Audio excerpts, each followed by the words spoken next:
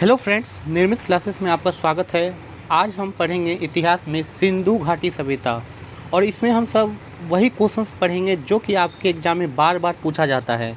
आपका कोई भी एग्ज़ाम हो, चाहे रेलवे एनटीपीसी का एग्ज़ाम हो या रेलवे ग्रुप डी का एग्ज़ाम हो या एसएससी का कोई भी एग्ज़ाम हो, उसमें ये क्वेश्चंस बहुत पूछा जाता है और वही क्वेश्चंस का हम डिस्कशन करेंगे जो कि बहुत ही महत्वपूर्ण है और बार बार आपके एग्ज़ाम में आता है।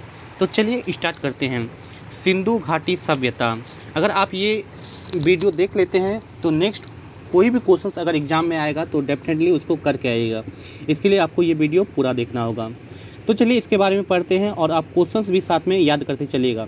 देखिए, पहले इसके बारे में पढ़ेंगे खोज, समयावधि और विस्तार। इसका खोज के बारे में पढ़ेंगे और किस टाइम में ये खोजा गया था उसका समय भी देखेंगे।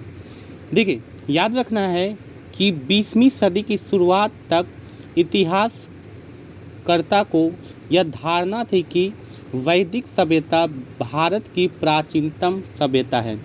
देखिए, जब ये सिंधु घाटी सभ्यता का विकास नहीं हुआ था, इसका पता नहीं चला था, तो उसके पहले सोचा जाता था कि सबसे पुरानी सभ्यता जो है वो वैदिक सभ्यता है, क्योंकि वैदिक सभ्यता की खोज जो है वो हो चुकी थी। ठीक है, लेकिन जब सिंधु घाटी सभ्यता खोजा गया और इसका जब पता लगाया गया तो पता चला कि ये वैदिक सभ्यता से भी पुरानी सभ्यता है। इसलिए अब ये भ्रम टूट गया कि वैदिक सभ्यता पुरानी सभ्यता नहीं है। सबसे पुरानी सभ्यता कौन सा है? सिंधु घाटी सभ्यता। ठीक है, तो इसको आपको याद रखना है।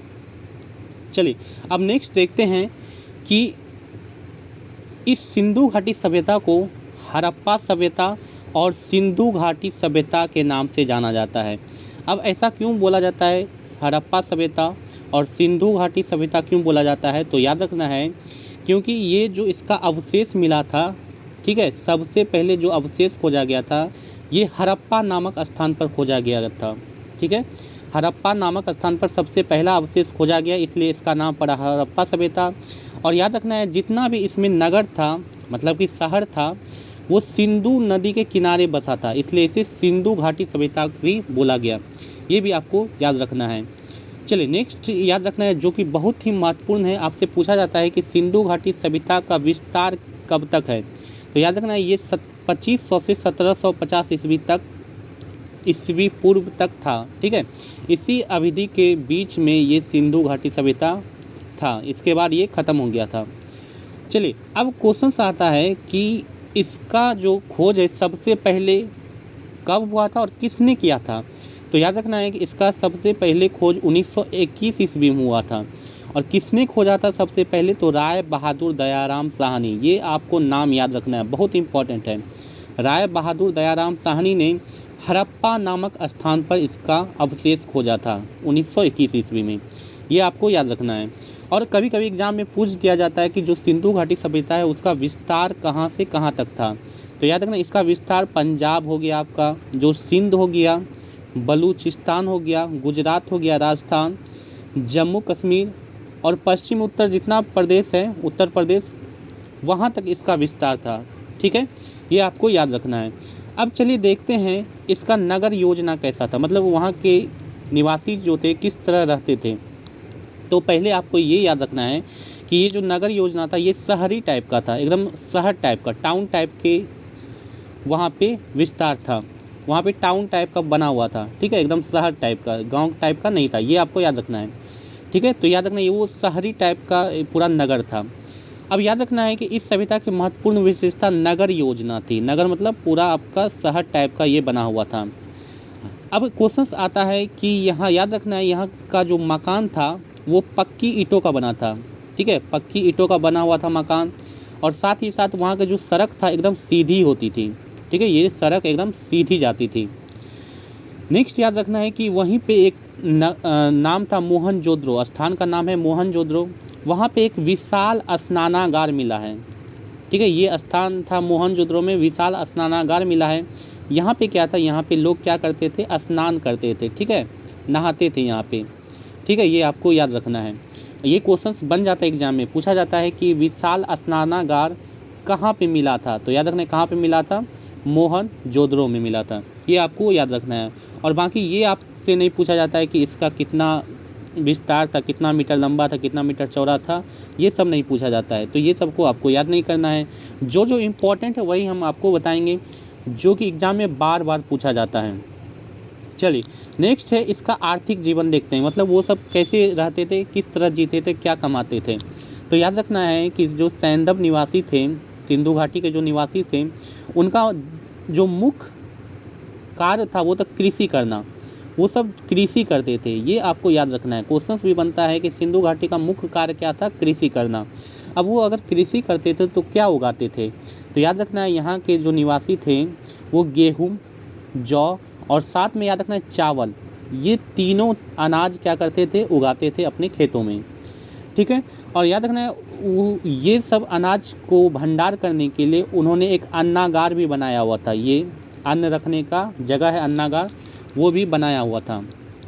साथ ही याद रखना है यहाँ कृषि तो था ही, साथ में ये सब पशुपालन भी करते थे। ठीक है, कृषि के साथ साथ पशुपालन भी ये सब करते थे। इतना आपको याद रखना है। नेक्स्ट याद रखना है कि यहाँ पे क्या हुआ था, यहाँ पे सूती वस्त्रों का अवशेष मिला था। सूती वस्त्रों का अवशेष मिला था। ठीक है, सूती वस्त्र यहाँ पे खोजा गया था। और इससे क्या पता चलता है, इससे पता चलता है कि सूती वस्त्र अगर मिला तो वहाँ के जो निवासी हैं कपास भी उगाते होंगे, क्योंकि कपास से ही सूती वस्त्र बनता है।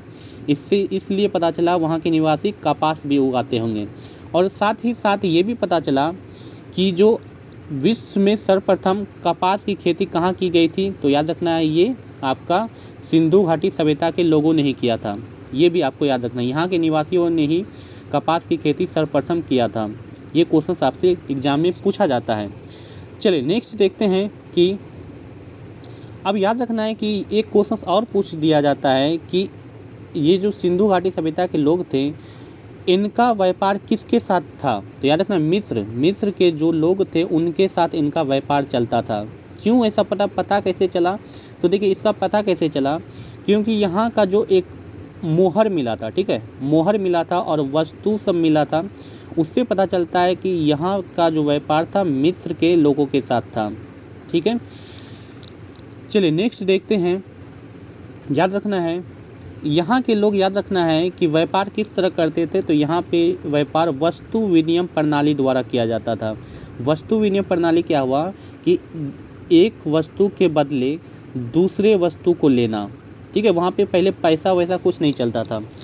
अगर कुछ चीज़ हमको लेना है तो हमको एक वस्तु को ही देना होगा और उसके बदले जो हम चीज़ वस्तु लेना है वो हमको वो दे देगा। इसी को बोलते हैं वस्तु विनिमय। तो ये क्वेश्चन आपके एग्जाम में पूछ लिया जाता है। सिंधु घाटी सभ्यता के लोग किस प्रणाली से व्यापार करते थे, तो वस्तु विनिमय प्रणाली से व्यापार करते थे। ठीक है, चलिए ये क्वेश्चन आपसे नहीं पूछा जाएगा। कृषि तथा पशुपालन के अतिरिक्त यहाँ के निवासी शिल्प और उद्योग धंधे में रुचि रखते थे। ये क्वेश्चन आपसे नहीं पूछा जाएगा। चलिए नेक्स्ट क्वेश्चन की तरफ बढ़ते हैं। नेक्स्ट क्वेश्चन आपसे जो बनेगा वो बनेगा कि याद रखना है कि यहाँ के समाज व्यवस्था को जो लोग थे वहाँ पे, ठीक है, उसे 4 भागों में बांटा गया था। 4 भागों का याद रखना है, कौन कौन, विद्वान, योद्धा, व्यापारी और शिल्पकार श्रमिक, ये 4 हो गया। ठीक है, इस 4 में आप वहाँ के लोगों को बांटा गया था। ठीक है, इस 4 में लोगों को बांटा गया था, ये आपको याद रखना है। अब नेक्स्ट याद रखना है कि यहाँ के लोग मनोरंजन भी करते थे। ठीक है, खेल कूद के मनोरंजन भी करते थे। तो किस तरह मनोरंजन करते थे, वो सब जुआ खेलते थे, शिकार करते थे, नाचना गाना बजाना, ये सब करके अपना वो लोग मनोरंजन करते थे। लेकिन आपसे एग्जाम में ये क्वेश्चन आता है कि उनका प्रमुख खेल कौन सा था, तो याद रखना है उनका प्रमुख खेल जो था पासा था। वो सब पासा को बहुत ही प्रमुख खेल मानते थे, ये सब वो रेगुलर करते थे।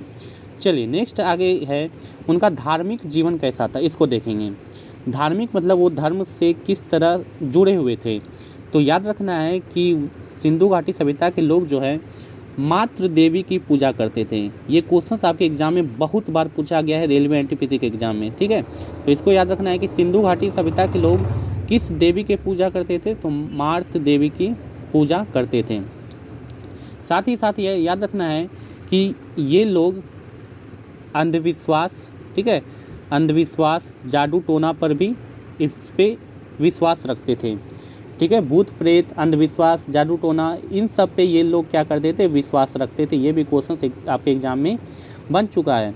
साथ ही साथ याद रखना है, ये सब क्या करते थे, ये सब बैल को पशुपतिनाथ का वाहन मानते थे। पशुपतिनाथ ये इन सब का भगवान थे।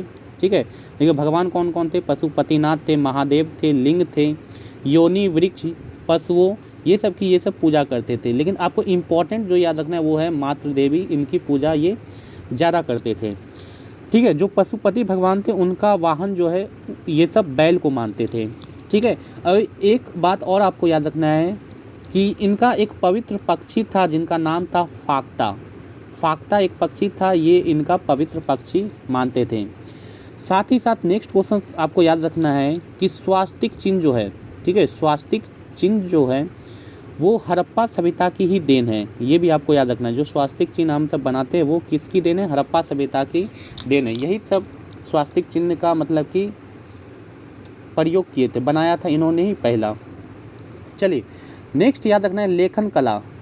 देखिए हुआ क्या था कि उस टाइम में लेखन कला तो थी, उस टाइम में वो सब लिखते तो थे, लेकिन उस लेखन को अभी तक पढ़ा नहीं जा सका है। जितने भी लोग हैं वो लिखित जो क्या लिखते थे ये अभी तक पता नहीं चला है। देखिए वहाँ से 400 अक्षरों का पता चला है, 400 अक्षर मिला था और 600 चित्र मिला था। ये सब चित्र के माध्यम से भी लिखते थे और अक्षर के माध्यम से भी लिखते थे, लेकिन इसका अभी पता नहीं चला है कि ये सब लिखते क्या थे, उसको अभी पढ़ा नहीं जा सका है। ठीक है। अब देखिए ये सब जो लिखते थे किस तरह लिखते थे, जैसे हम सब कैसे लिखते हैं इधर से, ठीक है, लेफ्ट से राइट लिखते हैं, तो ये सब देखिए कैसे लिखते थे। ये सब लिखते थे प्रथम लाइन में दाएं से बाएं तथा द्वितीय लाइन में बाएं से दाएं। देखिए ये सब कैसे लिखते थे, ये सब पहले इधर से स्टार्ट करते थे, ठीक है, एक लाइन अगर भर गया फिर इधर से चलते थे दूसरा लाइन, इस तरह ये सब लिखते थे। और इस तरह के लिखने को विधि को बोला जाता है बाओ-स्ट्रोफीडन। क्या बोला जाता है, बाओ-स्ट्रोफीडन, ये विधि है। ठीक है, जिसमें दाएं से बाएं और बाएं से दाएं लिखा जाता है दूसरे लाइन में, ये आपको याद रखना है। ठीक है। चलिए नेक्स्ट देखते हैं, लास्ट है कि सभ्यता का अंत कैसे हुआ, ये सभ्यता ख़त्म कैसे हो गया। तो याद रखना है पहले ये जो सभ्यता है 1000 साल तक चली थी। ठीक है। इसका अंत कैसे हुआ इसके बारे में जो इतिहासकार हैं उनमें एक मत नहीं है। कोई इतिहासकार अलग चीज़ बताते हैं, कोई अलग चीज़ बताते हैं, मतलब अभी इस पर कन्फर्म नहीं हो पाया है इसका अंत कैसे हुआ। कोई बोलते हैं कि जलवायु परिवर्तन के कारण अंत हो गया ये सभ्यता का, कोई बोलते हैं कि नदियाँ ये जलमार्ग में परिवर्तन के कारण अंत हो गया, कोई बोलते हैं कि आर्यों के आक्रमण के कारण, इसके बाद कौन आए थे, आर्य आए थे और उन्होंने ये आक्रमण किया और ये पूरा ख़त्म हो गया। कोई बोलते बाढ़ आया था, ठीक है, बाढ़ के कारण ये पूरा सभ्यता ख़त्म हो गया। कोई बोलते थे भूकंप आने के कारण ये सब पूरा ख़त्म हो गया। तो अभी इसमें कोई एक मत नहीं है। तो ये था आपका पूरा इम्पोर्टेंट, मैंने सारा बता दिया जो आपके एग्ज़ाम में बार बार पूछा जाता है सिंधु घाटी सभ्यता से। अगर आप इसको याद रखते हैं तो समझ लीजिए आपका सिंधु घाटी सभ्यता ख़त्म हो गया। ठीक है। आप इसको पूरी तरह अच्छी तरह बस याद रखिए, 2-3 बार वीडियो देख लीजिए, जितना भी मैंने क्वेश्चन बताया उसको आप याद रखिए। तो इसी तरह मैं सारा टॉपिक को कवर कर दूंगा और आपके लिए एग्ज़ाम के लिए बहुत ही इम्पॉर्टेंट है और बेनिफिट भी होगा। तो आज के लिए इतना ही। चैनल को सब्सक्राइब जरूर कर लें ताकि आपको वीडियो मिलता रहे, उसका नोटिफिकेशन मिलता रहे। Thank you.